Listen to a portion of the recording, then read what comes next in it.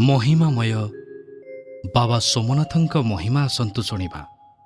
गुआ बसाई मानसिक कले मानसिक पूरण हुए। असाध्य रोग निराकरण अधिया पड़िले 21 दिन कार्यसिद्धि होइथाए। विवाह संतान प्राप्तिर मनस्कामना करी पूर्ण हेउथिबारु कामना लिंग बोली कुहाजाए। सर्पदंशन बा दंताघात करिथिबा व्यक्ति मंदिर बेढ़ारे पशिगले बंची जाइथाए। परिसर रे थिबा कूओ पानी सबु समय ठंडा होइथाए। एही पानी पीले खाइथिबा गरिष्ठ खाद्य को हजम करिथाए।